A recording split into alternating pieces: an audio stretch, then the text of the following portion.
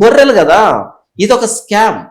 ఎప్పుడైతే ఇలా చెబుతాడో మిగతా వాళ్ళ దృష్టిలో ఈయనకి ఏదో అతీతమైన శక్తి ఉంది, మనుషుల మనసును తెలుసుకునేటువంటి, సమస్యను తెలుసుకునేటువంటి అతీతమైన శక్తి ఉంది. ఈరోజు ఆవిడ వంతు వచ్చింది, రేపు నా వంతు రాదా అనేటువంటి ఒక మూఢత్వంలోకి జనాలు వెళ్ళడం. కొత్త పూరేలను పట్టాలి అంటే పాత పూరేలు ప్రయోగించాలి.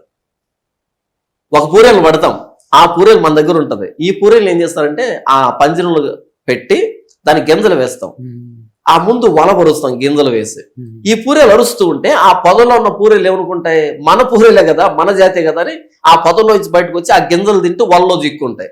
ఆ మొత్తం అన్నిటిని తీసుకుని బుట్టలో వేసుకుంటాడు, మరలా వెళ్తాడు, మరలా ఈ పూరేలు ఇస్తాడు, మరలా పెడతాడు, అరుస్తుంటది. కొత్త పూరేలు వచ్చి వలలో పడుతూ ఉంటాయి.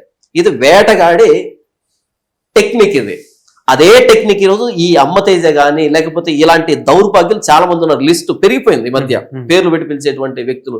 ఈ శ్యామ్ కిషోర్ అనేటువంటి ఒక బఫూన్ ఉంటాడు, ఈ హైదరాబాద్ లో ఉంటాడు.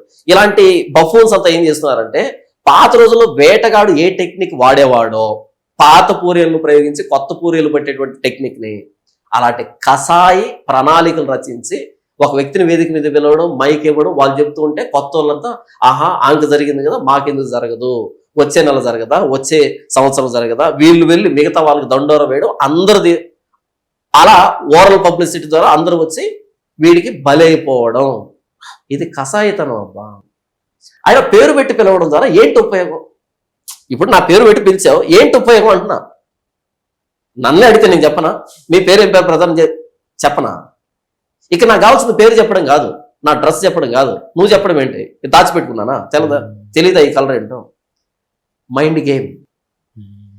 ఎప్పుడైతే మనం ఆలోచించము, ఒకదాన్ని వివేచించము, అజ్ఞానంగా ప్రవర్తిస్తామో అందరికి బలి కావాల్సిందే.